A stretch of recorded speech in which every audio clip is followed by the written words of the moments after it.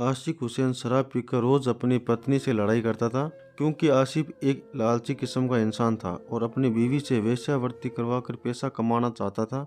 वह रोज अपने नए दोस्तों को घर लाता और अपनी बीवी से उनके साथ रहने को कहता, लेकिन नरगिस कहती थी कि वह मर जाएगी मगर अपनी इज्जत पर आंच नहीं आने देगी। और ऐसा ही हुआ, आखिरकार नरगिस मर ही गई। नमस्कार दोस्तों, मैं कुलदीप सिंह और आपका स्वागत है मेरे इस चैनल पर। आज की कहानी है पाकिस्तान के कराची शहर की। पाकिस्तान के कराची शहर के पास गुलशन ए इकबाल नाम की एक जगह है, जहां पर आशिक हुसैन अपनी बीवी नरगिस और 6 बच्चों के साथ रहता था।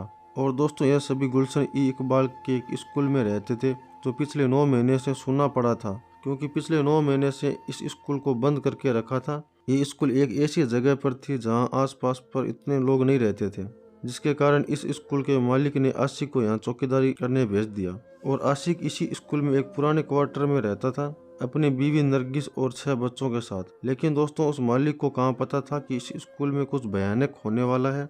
दरअसल 13 अप्रैल 2022 के रात के 3 बजे घर के सभी बच्चे कमरे में आराम से सो रहे थे।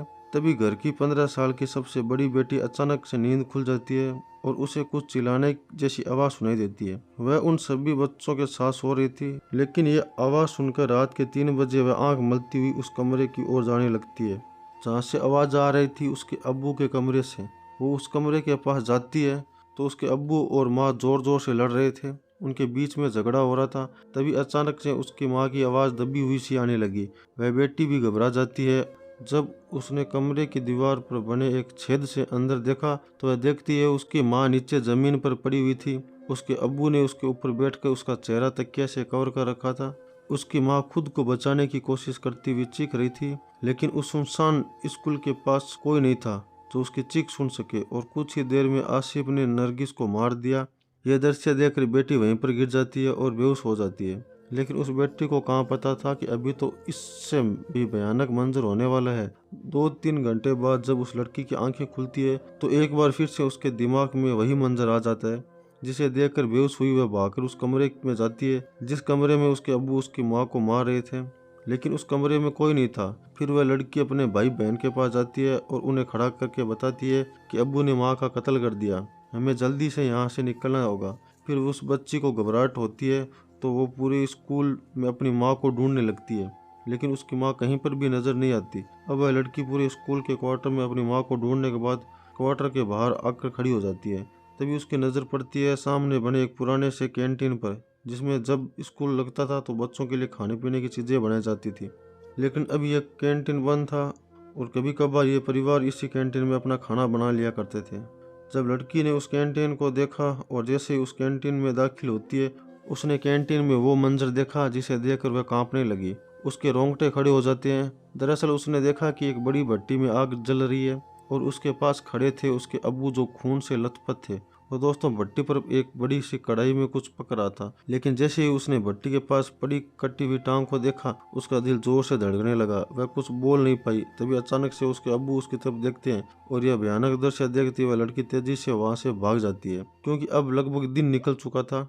तो उसे उस कैंटीन में कुछ दूरी पर लोग दिखाई देते हैं। वह वहां भागकर उसके पास जाती है और इस घटना के बारे में बताती है।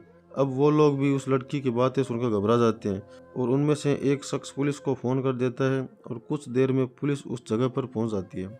और अब पुलिस और स्थानीय लोग उसी कैंटीन के पास पहुंच जाते हैं। जैसे ही पुलिस उस कैंटीन में पहुंचती है तो सामने उन्हें वो मंजर दिखाई देता है जिसे देखकर वो दंग रह जाते हैं। दोस्तों, वहीं थाने के एसएचओ सलीम अवान ने बताया कि आज तक उनकी पुलिस की नौकरी में उन्होंने ऐसा कभी कहीं पर भी नहीं देखा। दरअसल उस कैंटीन से आशिक हुसैन तो 3 बच्चों को लेकर भाग चुका था, लेकिन उस भट्टी में आग अब भी जल रही थी। जब आग बुझाकर उस बड़ी सी कढ़ाई में देखा तो कढ़ाई में नरगिस को उबाला जा रहा था। क्योंकि अपने पैरों की वजह से नरगिस उस कढ़ाई में पूरी नहीं आ रही थी, तो आशिक ने उसके पैरों को काट दिया और वही भट्टी के पास फेंक दिया और नरगिस को उस कढ़ाई में डाल दिया। इसके बाद पुलिस जब नरगिस का हाथ पकड़कर जैसे ही उस कढ़ाई से उसे बाहर निकालती है, वैसे नरगिस का हाथ शरीर से अलग होकर उनके हाथ में आ जाता है। क्योंकि उबालने की वजह से उसका शरीर नरम पड़ चुका था, पुलिस उस लाश के प्लास्टिक की थैली में डालकर पोस्टमार्टम के लिए भेज देती है। जब 16 साल की बच्ची और उसके मामा से पूछताछ की जाती है तो वो सच्चाई सामने आती है। इससे भी दुख भरी थी। दरअसल आशिक हुसैन शराब पीकर रोज अपनी पत्नी से लड़ाई करता था, क्योंकि आसिफ एक लालची किस्म का इंसान था। अपनी बीवी से वेश्यावृत्ति करवाकर पैसा कमाना चाहता था। वह रोज अपने नए दोस्तों को घर लाता और अपनी बीवी से उनके साथ रहने को कहता, लेकिन नरगिस कहती थी कि वो मर जाएगी मगर अपनी इज्जत पर आंच नहीं आने देगी। और ऐसा ही हुआ, आखिरकार नरगिस मर ही गई और आशिक ने उसे मार ही दिया। लेकिन दोस्तों, इस घटना की सबसे बड़ी और सबसे अजीब बात यह है कि उस इलाके के एसीपी रहीम सिराजी ने बताया कि उन्हें अभी तक इस बात का पता नहीं चल पाया कि आशिक हुसैन आखिर अपनी पत्नी को पकाकर खाना चाहता था या कुछ और करना चाहता था। तो दोस्तों, ये थी आज की सच्ची घटना।